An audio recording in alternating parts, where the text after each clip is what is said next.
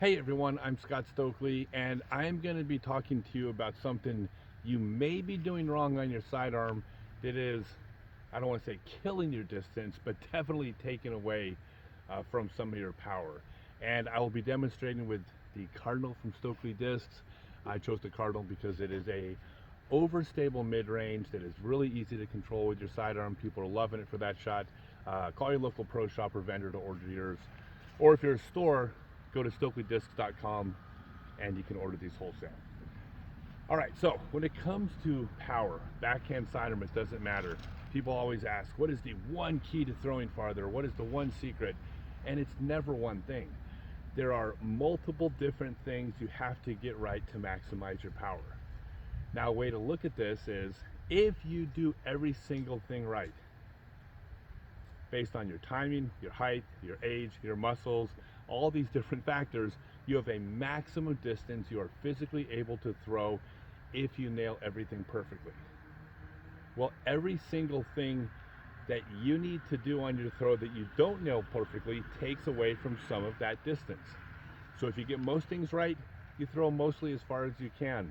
Get a bunch of things wrong, you have no power whatsoever. So this is just one of those things. If you do wrong, you will lose power. What I'm talking about is not engaging these core muscles during your throw. All right? This is just as much a part of the equation as not serving the pizza, leading with your elbow, planting your foot first, throwing it at the proper arm slot, all the other things involved in generating power with your sidearm. Well, this muscle group right here also gets used. Now I'm going to first tell you how people do it wrong, which takes away from their power. And what they do wrong is they're rotating their hips the same time as they're rotating their shoulders. All right, so think about it.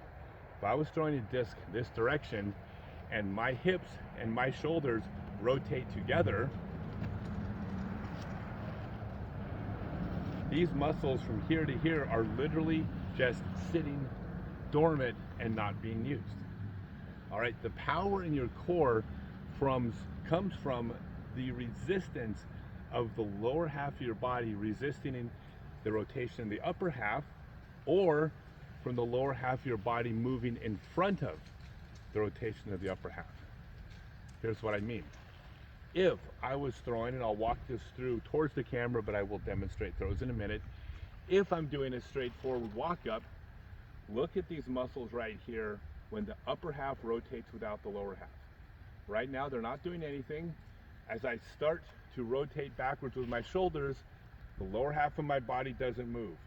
At some point, there's now going to be tension created from the upper half of my body rotating and the lower half trying to resist it. That tension right there in my core is stored energy. That's going to help generate power. When I keep rotating back, that's as far as I can rotate before this won't allow me to rotate any further. Then the lower half is being pulled along with it. And then when I throw, the lower half leads before the shoulders, keeps that tension in the core, and that tension is being used to generate part of your power. Now, you can also not do a straightforward walk up. You could do a sideways walk up, whether you start sideways when throwing towards the camera, or whether you're walking up straight and then turning sideways, doesn't matter. I call all of these crow hops. Technically they're not, but that's kind of a generic term. But with the crow hop, it's the exact same rules. If I'm sideways, the lower half of my body's here, the upper half of my body's here, and these two parts rotate together, these muscles aren't being used. Where you generate power with your core is the lower half of the body, your hips, being led with your foot first. Foot and hips go forward first up till the point where there's now resistance. The hips will no longer go any further forward, so then they pull the upper half behind it. Tension throughout the entire throw. Super simple, not easy. But as long as you're aware if that's what you're trying to do, that's how it's going to work. So I'm going to do two throws that direction. One, I'm going to walk straight forward the way I throw.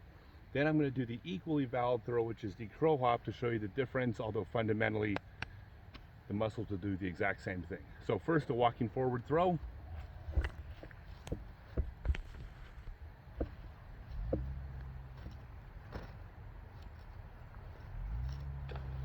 I was aiming for that window in the trees.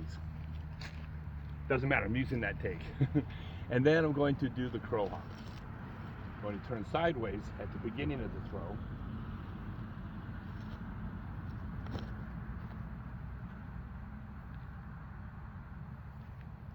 And there's so much power in this part of the body that if I don't feel like chasing my disc, I can intentionally hit the tree just to save muscle use in my legs to retrieving my discs. But anyways, that's how you generate core with the middle of the body.